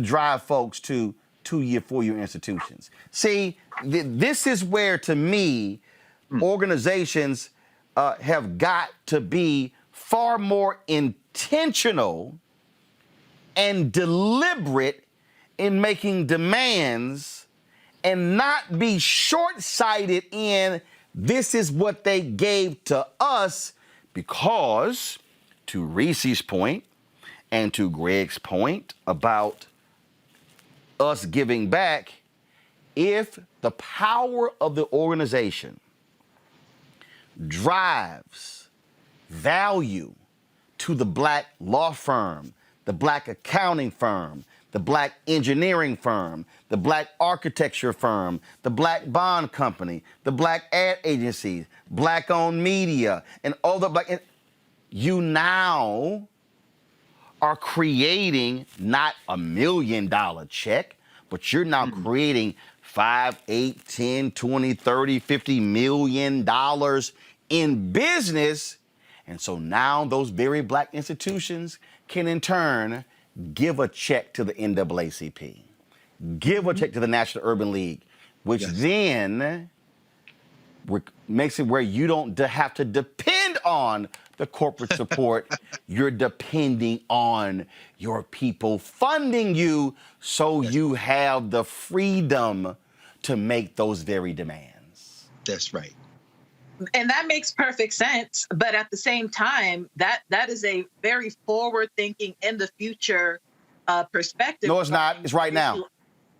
It's not in the future. For BLM, it is in the future, because right now they have $90 million and they're not giving it to people who are on the ground. No. It's not forward. It's right now. While we were having this conversation, Kelly, I literally sent a text to one of the Black Lives Matter people. And I specifically said, hey, is BLM establishing a race equity index for those corporations giving them money? The response was, let me check. That's what I know of. After this show, I'm going to be on the phone with them. See, I'm not waiting for the future. What I'm saying right now, I'm going to send the very same text to Derek Johnson of the NAACP and to Mark Muriel of the National Urban League, because this is the moment for us to properly leverage the power.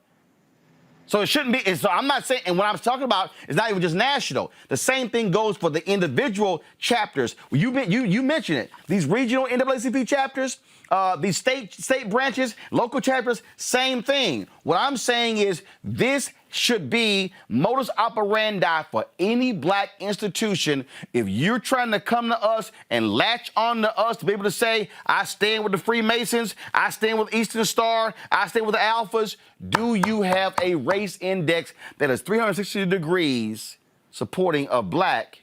If not, you can't stand with us. And that makes perfect sense. And I agree with you. But even though you just sent that text message out right now, that is not the case. That's what I mean by in the future. It will happen, but right now it's not. Right. So right now they have $90 million. And right now, Michael Ferguson's family is asking for $20 million because the $90 million that BLM has is due in part because of the work that the Ferguson family put in on the ground when their son died. It is due in part to the people who were killed by police after Michael Ferguson. I'm not talking about police brutality. I'm talking about the people found in their cars burnt up down in Ferguson, Missouri. You know, Right. It's due in part to those things. So right now, I would say that they need this $20 million.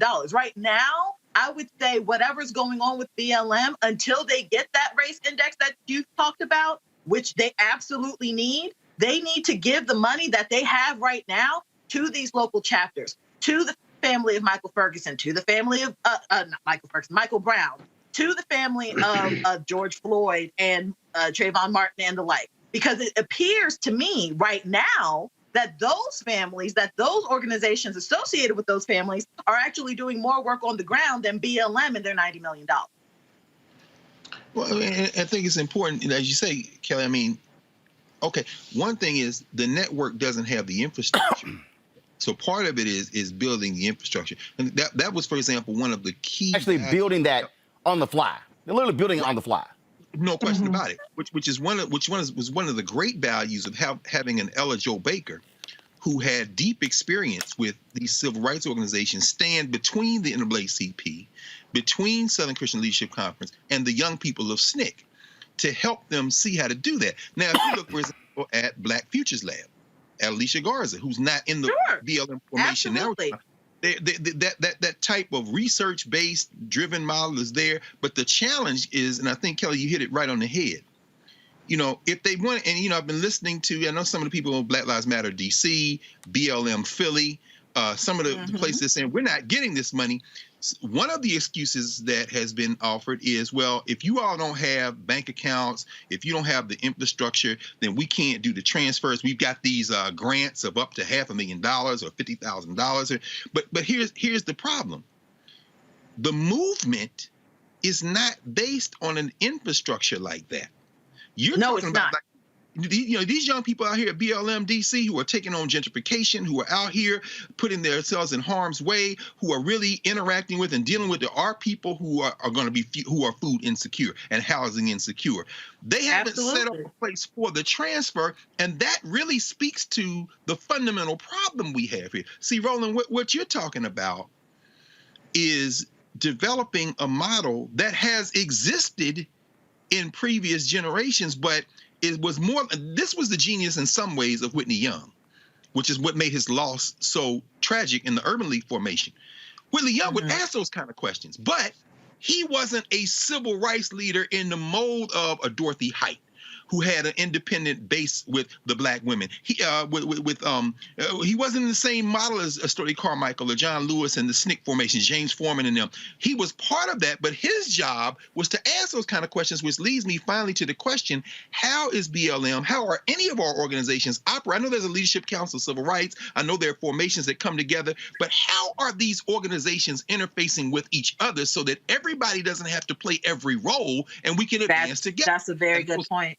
I don't know that we'll ever get over the class tensions that some kind of coalition like that would unearth, because quite frankly, since the end of legal segregation, the common objective has fractured. Reese, go ahead. Yeah, so many excellent points. I think that there's a two-pronged thing. They're not mutually exclusive. I think what Roland is talking about, the racial equity index, is you give me a check and I don't just say thank you, I hold you accountable. And that's the opening part of a conversation. It's not the end part of the conversation. So I think there's that aspect. And then there's the aspect of, okay, once you get that check, what are you doing with it? And that's where the infrastructure comes in. And I think that, to Dr. Carr's point about that class tension, it's just my perception. But a lot of times when you have the movement, right, you have the activists, you have the people who really are every day putting their life on the line. And there seems to be sometimes, my perception again, there's this adversarialness between, like, a corporate person. To Roland's point, you got to have an accountant. You have to have lawyers. You have to have people that have the skills to implement that infrastructure. And so many times there's this purity test where it seems like we're on opposite ends instead of looking at, well, listen, maybe I don't have all of the talking points. Maybe I don't have the rah, get out on the street, put my body on the line spirit that you do, but I do have the knowledge and skills to make this infrastructure work so that you can actually implement these goals and be impactful and find a way and find a manner in which you can distribute to the community. And so part of the things that has to happen is we have to resolve that class tension. We have to resolve these litmus tests, these purity tests that alienate people who actually can help in their own way. And so everybody's not going to be an activist. I'm not. I hate when people call me activist because I'm like, I think that's an overstatement. I don't think that I deserve that title, but I have a lot of skills. I'm a financial manager. I have a lot of things that I can contribute to the situation as well. So that's where we have to find a role for everybody within these organizations and stop having this adversarial approach towards each other. We have to use, when you have the organization, Black people who have the skills in each of those roles and let everybody play their position. And I think that's a big part of the problem too, is that, to your point again, Dr. Carr, people are trying to play every position in the role and you can't physically do it. And so to what Kelly is saying, you don't have the infrastructure. You need the infrastructure because then you got to figure out a way to explain $90 million to people. Or well, my thing is, if you don't have but my biggest problem is if you don't have the infrastructure, why are you accepting $90 million? So let me unpack that. Because I do think, we got to understand what's going on here. And that is this here. What Black Lives Matter is doing right now, folks, is no different from the Southern Christian Leadership Conference. What Black Lives Matter is doing right now is no different from the Progressive National Baptist Convention. When Dr. King and others were in the National Baptist Convention USA, there was a scuffle on the podium. King wasn't there. That's right. Where a preacher was knocked down, fell off the podium, hit his head, and he died. Yes. They were kicked out of the National Baptist Convention USA, and they went and established what is now the PNBC, the Progressive National Baptist Convention. What did that mean? That meant they needed an office. They needed a phone line. They needed lights turned on. They needed a bank account. They needed corporate papers. They had to literally create an entity on the fly in the midst of activism. But dear brother, where was the money coming from? And that's my point. No, wait, hold on. I'm not done yet. Okay, my bad. Southern Christian Leadership Conference. Same thing. SCLC's money came from labor unions, Walter Reuther, and others, but also the donations of Black people. Right. Now, here's the fundamental issue that, again, I understand the criticism of BLM, but I also understand BLM. BLM did not start as an organization. Right. It started as a hashtag. Yes, sir. It did. They tried to even, because Black Lives Matter was already in the public domain, they couldn't trademark it. So they actually, and then what happened was you had people who quickly embraced Black Lives Matter, the phrase, because it was a perfect, all-encompassing phrase. Then it was like, well, damn, people are asking us to do stuff, do this, do that. Now we have to create something to meet the demand of the very people, because the people were saying, no. We ain't trying to align with the NAACP, the Urban League, National Action Network, Rainbow Push. We want something separate. So what they did was do actually something that you never do. You don't create a national entity after branches were already established. Normally, it's branches, state, region, national. BLM is actually the inverse. No, actually, it ain't even the inverse. It's branches, national, some branches tied to them, right? Some not. So you have BLM branches that are actually not even affiliated with the national, because imagine having NAACP chapters that are literally called NAACP chapters, not with NAACP. So you now are, from a branding standpoint, you now dealing with people saying, BLMs did this. And they like, that ain't us. But because they have the name BLM, it's all encompassing. So you're dealing with people who are not, so you're trying to like, how can I catch up? So I'm gonna give the BLM organizers some leeway in trying to construct, because let me also say this here. There were a lot of black activists, young black activists, who shitted on the NAACP and the Urban League, them old ass groups. And you know what happened after Trayvon Martin? You know what happened after the protest when Obama was there?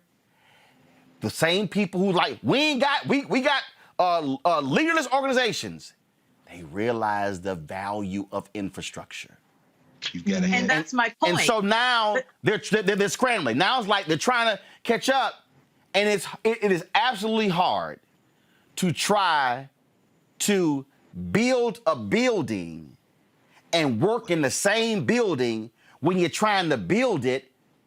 It's damn near impossible. And so that's the struggle that's going on. So that's why when Patrisse Cullors was on, and when she was trying to, and I was like, okay, I'm trying to understand what's the foundation, what's the global network, what's this? And I was sitting there like, okay, Patrisse, I really don't know what the hell you're talking about. Because they are trying to literally create an infrastructure with a runaway train. And that's hard as hell. Y'all go ahead. Yeah. And I completely understand that, and I am all for giving Black Lives Matter's grace, because, like you said, it is a daunting task, a seemingly impossible task. But my point is, not only is it possible, it actually needs to be done. And frankly, how much grace are we going to give BLM? Because it's been at least 4 years.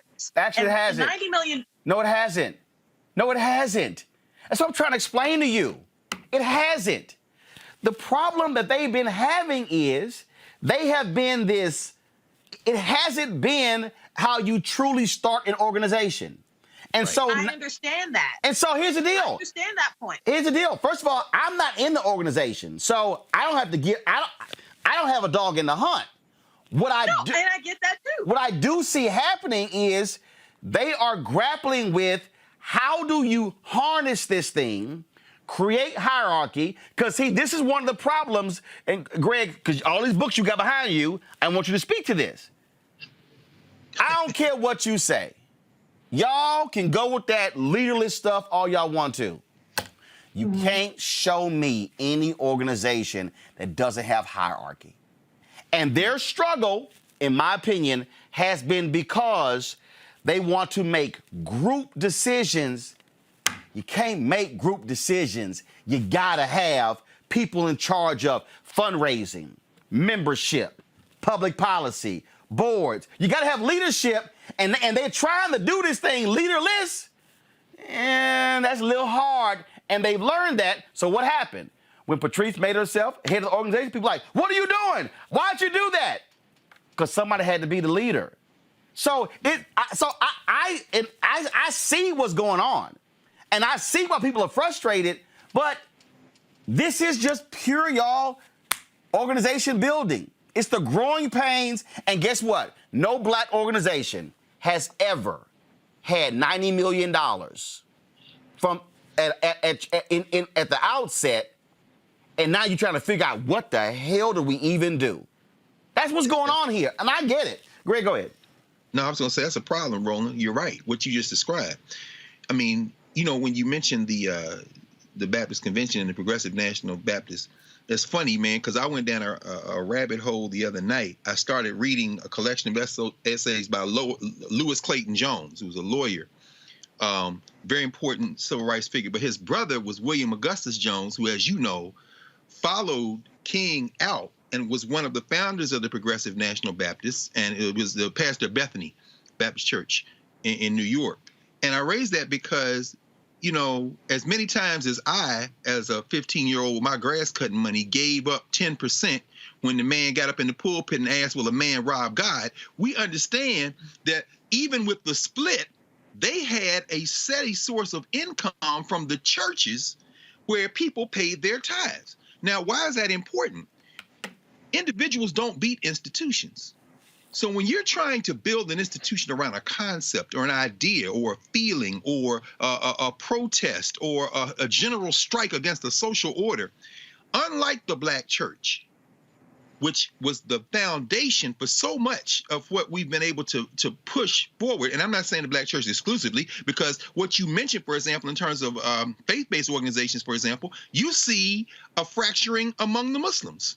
Remember when Father Allah or Clarence 13X leaves, and then you have the Nations of Gods and Earths came out of the Nation of Islam. You got Silas Muhammad. They still selling Muhammad Speaks because they have the right to have that because they were able to trademark it. And the Nation of Islam has the final call because they can't even use the name after Elijah Muhammad died in 75, so on and so on. But if you say Muslims, black, even the Sunni or Shia Muslims, people think you talking about the Nation of Islam. No. Wait. I need you to go back right there, because I think some people just missed what you said. When the Nation of Islam, when Elijah Muhammad dies, yes, and his sons take them into a mainstream Islamic organization. That's right. When Farrakhan says, "I want to rebuild the nation," he couldn't just do it. There were things he could not say and do. Legally, that's right. That's why they have to sell the final call. That's why it's not called Muhammad Speaks. He didn't own the. In fact, what do they call it in the nation, Roland? What do they call it? The second, the resurrection, or I get the phrase they use. Anyway, I'm saying all this to say the point you're making is very critical. If you're trying to build an organization around a concept, but you have no pre-existing infrastructure, that's a setup to begin with, and you almost got to do it very incrementally, as you said, from the grassroots up. But then here come these people who have an investment. What's their investment? They want the social order to continue, and they want to have it as smooth as possible. They come in and write you a big ass check. That could be a recipe for chaos now. Right. You know what I'm saying? So anyway, I'll stop there, because what you're really doing, Roland, is trying to help people think through how they can do something that literally hasn't been done before, not to my knowledge in this country. And Kelly, that's why the difference between BLM and Color of Change is Color of Change doesn't accept any corporate donations, but they also were structured from the beginning like an organization. So when they grew, you didn't have all this drama. Go ahead. No, I completely agree with the points being made right now. I don't want to come off as if I disagree with you, Roland, or anybody. No one's disagreeing. We're just walking through a set of facts, because a lot of people really have no idea what the hell we're talking about. There are a lot of people out there who just say stuff, who don't even understand how it started, how it's constructed. They don't even realize that there were 3 founders of Black Lives Matter, and 2 of them are not with the group. Alicia Garza has a separate organization. Oprah was not there. Patrisse Cullors is only the last of the 3 original who's actually leading the organization. Most folks don't even understand that. Alicia Garza still gets jammed up about Black Lives Matter. She's like, y'all, I'm not with the organization. Go ahead. And I get that.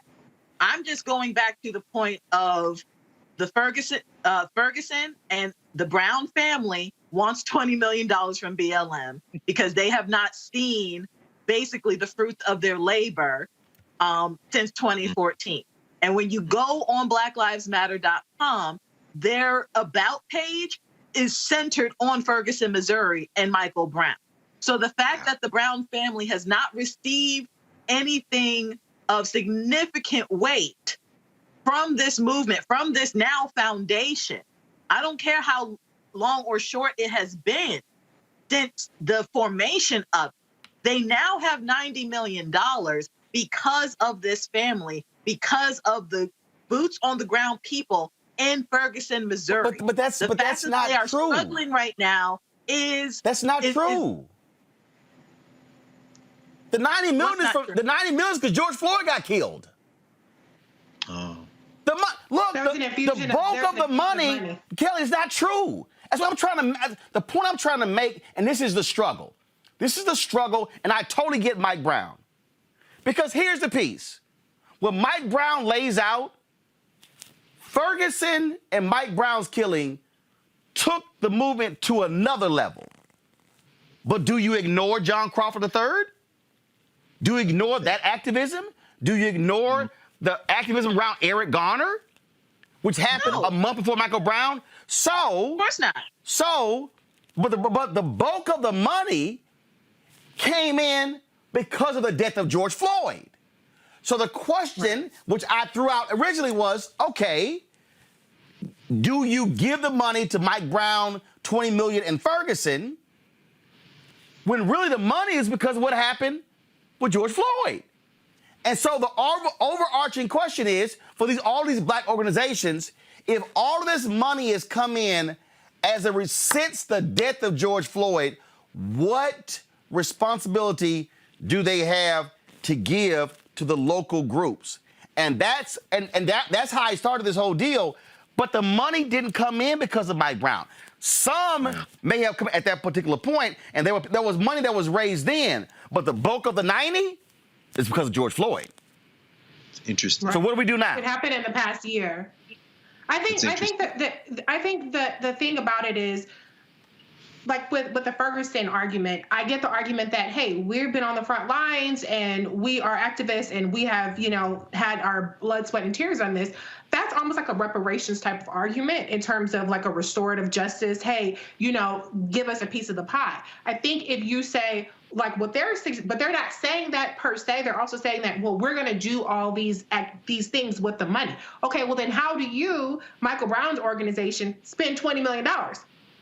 Because Black Lives Matter hasn't been able to spend $90 million. They still have $60 million left over. $30 million they've given away to various causes, local chapters, et cetera, et cetera. So the question is not just a matter of who deserves what, but it's what are you going to do with the money? And that's what my original point was, is instead of always looking at the big name organizations, we can make that decision ourselves to donate to local causes. They're not as attractive because they don't have the big names and you don't get to necessarily have a hashtag that's going to go viral, but they are doing the work. And for these national organizations, if you have a situation where you have an influx of cash, like what happened after the George Floyd death, then you have some sort of system in place to how you distribute that money, not just amongst Black Lives Matter chapters, which there are chapters that are complaining about not getting any money from the national organization because the national organization has criteria for them, but all kinds of organizations that are credible organizations that are already on the ground doing the work. That is a way of actually making sure that everybody wins. It's recycling dollars. It's putting money back into the communities. But even still, $60 million is not going to solve all the problems of Black America. Neither is $300 million. But there has to be some sort of system when you do have these massive influxes of cash and you don't have the way of scaling up quickly enough to do something with it. You don't have an infrastructure to do something with it. Then my proposal would be, we'll at least put in the research and the efforts to identify local organizations, Black Lives Matter or not, to give the money to and let them do something. And I can tell you, all three of y'all, after the death of Breonna Taylor, there were individuals in Louisville who were complaining about Until Freedom. Oh, sure. But then Until Freedom was telling people what local groups to support. I know some activists in Louisville felt one other activist used some money to buy a SUV and damn near ran her out of town. See, so what I'm laying out here is this conundrum. When you have one of these incidents and someone is killed and fundraising takes off, local groups, look, I'm vice president digital for the National Association of Black Journalists. We got local chapters who complain when we have the national convention in a city and say, we ain't getting none of that money. Right. So I can take you through numerous national organizations where chapters complain, y'all not helping us. The problem here, which is what Reese alluded to, and Kelly spoke of as well, that the problem here is you have already established entities that have infrastructure that are able to accept donations. I can tell you oh man, I can't remember the brother's name. I can't. Jaziri X. Yeah, sure, Pittsburgh. We were doing, I said, all right, I'm going to pick an organization to push on social media to give. I chose Jaziri X. He had no donate button on his website. And I was like, Jaziri, you're doing some great stuff. Bruh, how do we give? You need a donate button. There were a lot of entities that had no way of giving money because they did not have infrastructure. Right. So this thing is, it becomes, a catch-22 because, like, we got infrastructure, we don't, what do we do? And to Reese's point, it's a great point. How did Mike Brown and the folks there arrive at 20 million? Like, where did that number come from? And what are you going to do with 20 million? Now, what if BLM comes in and says, we're going to give $1 million to local organizers in Ferguson? Are folks going to reject it or accept it? Accept. I just think that this is a function of what happens when people reject established organizations, which that's their right. But if you don't create that thing the right way when you launch it, these are the headaches you're going to have. It's true. These are the headaches you're going to have. Can I say one more thing, too? Because final comment from each one of you before I go to break. Go. Okay, yeah, I was looking at the comments in Facebook, and again, it goes back to what Dr. Carr said about this class tension. Somebody, for some strange reason, interpreted my comment to say that I don't want to be an activist. What I stated was, I'm not an activist, but I can contribute to the cause as a person who has skills such as project management, financial management, accounting. Yeah, you're not defining yourself as an activist. That's all you're saying. You're like, that's not how I'm defining myself.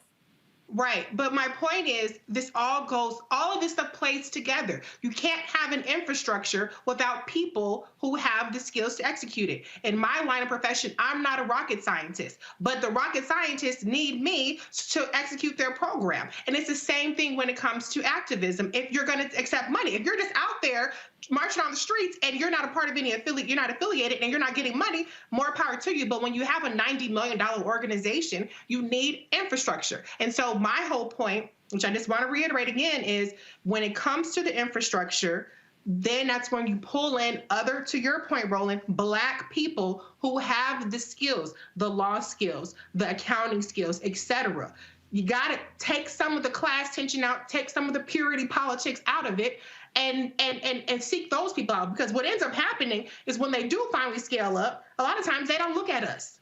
They look at the white folks or somebody else. They feel like they're more established or they're more credible. So we have the ability within our communities to build the infrastructure. It might not be with all the slogans and all of the purity politics, but seek those people out and marry that together, and then you can actually do something with the money that you're getting instead of having to sit there and account and then everybody's pissed off at you.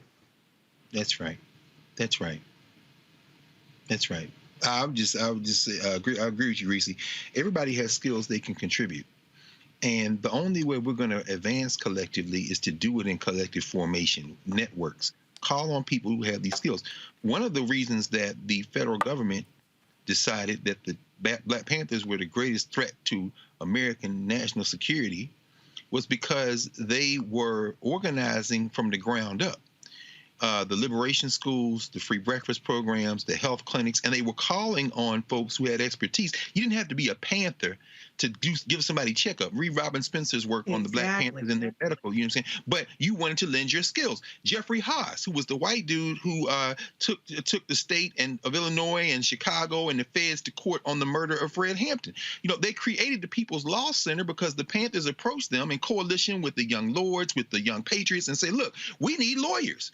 So, I mean, it's important to understand without coalition, we're not going to be able to advance. And finally, what we saw in Ferguson, now, maybe one of the reasons they're calling for $20 million is because, yes, this money isn't here because of Ferguson directly, but the catchment that kind of accrued over the last year during we've had this pandemic is a direct result of the fear from everybody from government to corporate America that there was about to be a purebred revolution in this country. So they threw some money to stop it. One of the reasons they may be holding on to the money is they don't know if they're going to get another windfall like this. And one of the reasons Ferguson folk are saying we want 20 million is because it is the momentum over the arc of this movement, this unbroken momentum, that created the concept for these people to throw some money at. This is going to have to be worked out in some behind-the-scenes discussions, and everybody has a role to play. We just got to know how, as Reese said, we got to go know where we can get in to fit in. That's all. Kelly? Exactly. I agree with everyone on the panel. Like I said, once again, I don't have an issue with anything that anyone has said. I don't even have an issues with the comments that are coming in saying that I don't know what I'm talking about. I do. But what I will say is that regardless of where the money came from, BLM would not have been in a position to receive it at all had it not been for the people in Ferguson. So the fact that they are asking for anything at this point, the fact that they have to ask for anything at this point, when frankly, Ferguson and the Michael Brown family is on their page front and center as basically a selling point to donate. The fact that they do not receive anything, at least that's my understanding from what I've seen thus far, they do not receive anything significant from BLM. That is insulting. And it is a disgrace to not only the movement as a whole, but to the Brown family.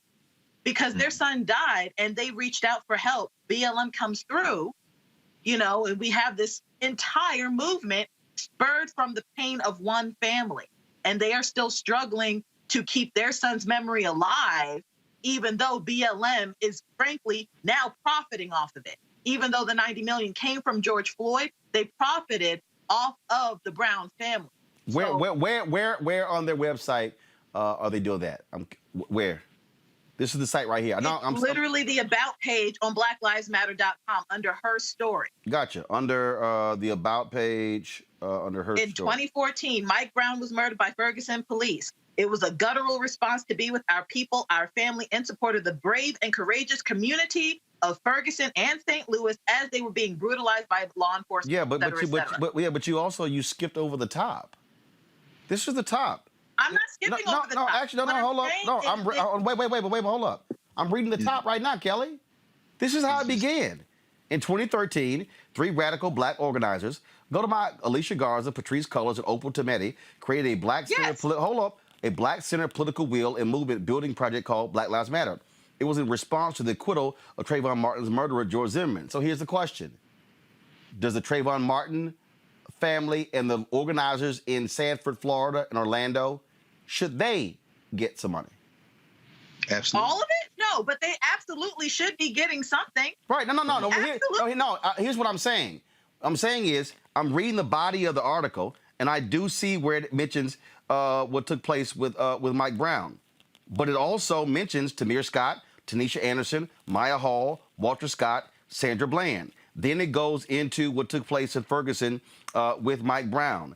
And so it has all of that. And so the point that I am making, now, yes, the last paragraph, it says, the Black Lives Matter Global Network would not be recognized worldwide if it weren't for the folks in St. Louis and Ferguson who put their bodies on the line day in and day out and who continue to show up for Black lives. So, so what you just brought up raises the point that I brought up from the beginning. When we talk about supporting organizations, if we start going back to, well, like what kicked off, like what began something, I say it point blank, at the Ferguson protests took what was happening to another level. But it started with, this hashtag started with Trayvon Martin. Then after the death of Trayvon Martin, there were other cases that took place. Ayanna Jones in Detroit, Rekia Boyd in Chicago, Eric Garner in New York.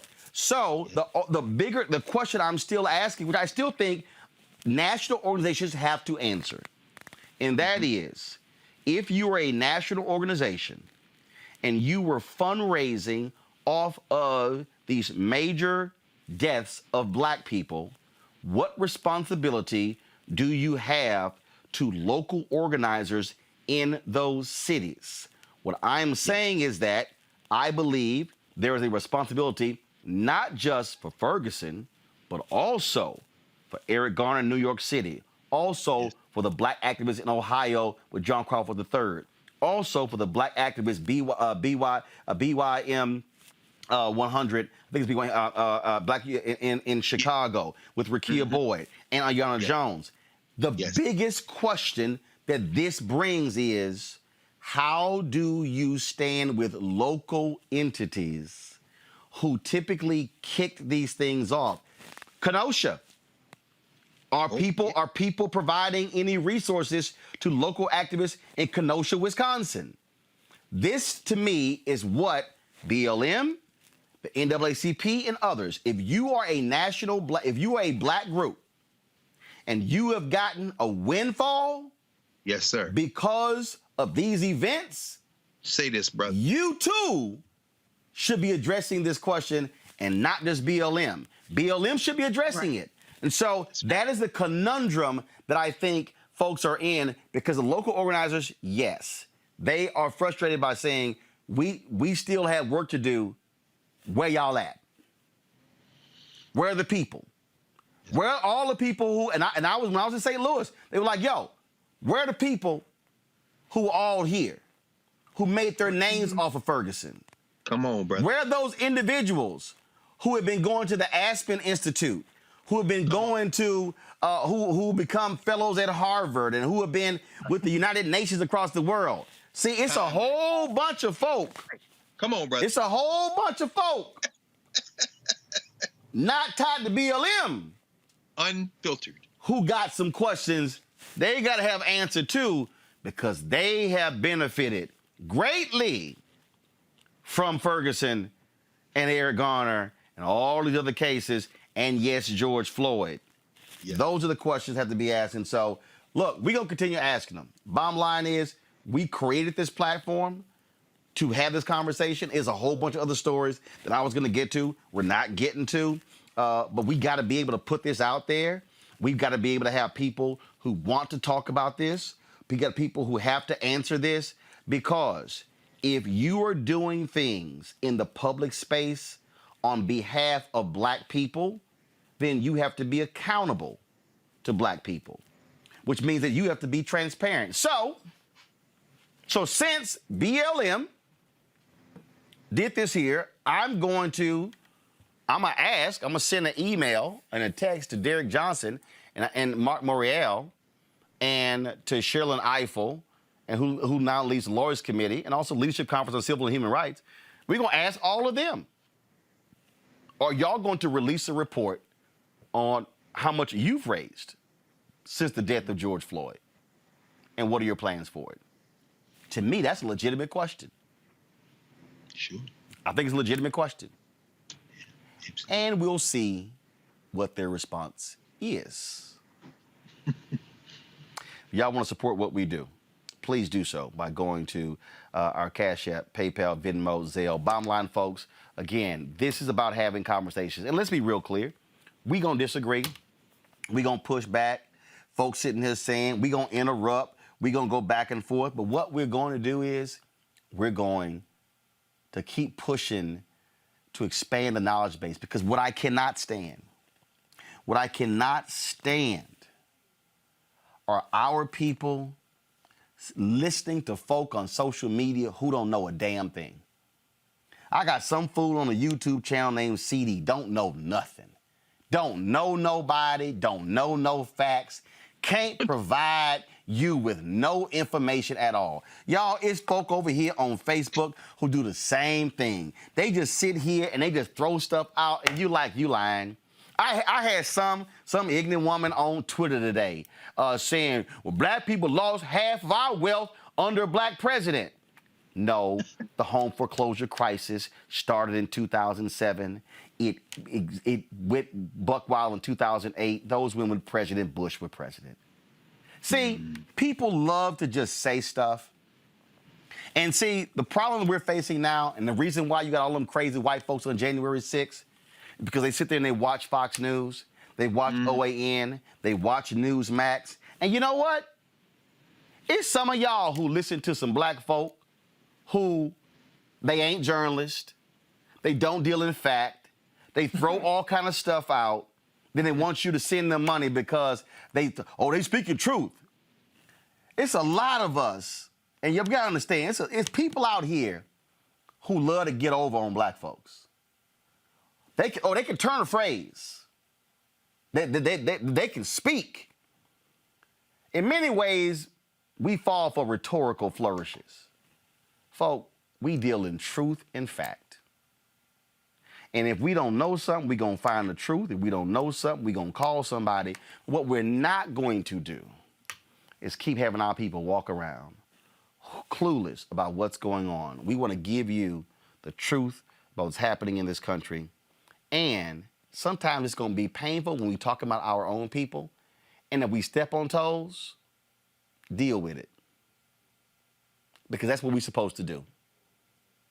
I have a very simple philosophy. If you do good, I'll talk about you. If you do bad, I'll talk about you. At the end of the day, I'm going to talk about you. That's the only way I've operated my entire career. Folks, if y'all want to support us on Cash App, $RM Unfiltered. PayPal.me/R Martin Unfiltered. Venmo.com/RM Unfiltered. You also have us, Zelle, Roland at RolandSMartin.com. Please support what we do. Your dollars goes to make all of this possible, to allow us to do this broadcast. We've got some amazing things that we're doing. We are looking at moving into a new space. Y'all, the plans that we have, creating different sets, that's all happening as we speak. That's going to be, we're paying right now more than $7,000. It's going to cost us $15,500 a month in our new space, but it's going to give us an opportunity to be able to have multiple looks, to do multiple different things, build out a much larger and stronger control room for us to be able to increase what we're doing. And so that's what we're working on right now. Also, giving y'all an update, I told you we spent $153,700 building out our OTT platform. Those apps are being built as we speak. The site is being built as we speak. All those things are happening. And so we are building right now, building this thing, and I cannot wait to give you what our 2.0 is going to look like, what that next step is. I would show y'all right now, but I can't do that. I got to resist. I got to resist the temptation to show you what we have planned. Let me shout out Abdul Wahid Muhammad, Al Bougie, Brian Conaway, Bridget Washington, Christine Rickett. Everybody who gives $50 or more gets a personal shout out from me on Roland Martin Unfiltered. Corey Evans, Karani Crocker Bay, Dana Holiday, Denise Phillips, Effie Coley, Henry Williams, Jacqueline Forts, Jay Gamble, Jeffrey Scrivener, Jonathan Walker, Judy Baptiste, Carrie Ann Dawkins, King Ray Boomer Gibson, Martha Sims, Olayai Ayeni, Pamela Williams, Phyllis Bell, Ray Jones, Robert Gaynor, Roger Street, Ryan O'Neill, Tamika Johnson, Troy Boyd, Wanda Coley. Thank you all so very much for supporting us. I certainly appreciate it. And I'll see you guys tomorrow. Don't forget, tomorrow, my 1-hour interview with Wesley Bell. The brother was elected DA in St. Louis. You don't want to miss that. Kim Gardner, who is it? Wesley Bell is the county DA. Kim Gardner is the city DA. I have my conversation with her the following week. Y'all, we always keep it real, keep it. And Erica, we miss you on today's show. Erica couldn't be with us. Normally got our normal panel of Reese, Greg, and Erica. Kelly, thanks for stepping in for Erica. And I was gonna mess with y'all. We got knee deep in this here. But John P. Key and all y'all out there complaining about sugar on grits, I'm gonna deal with y'all another day. Just letting y'all know. I gotta go.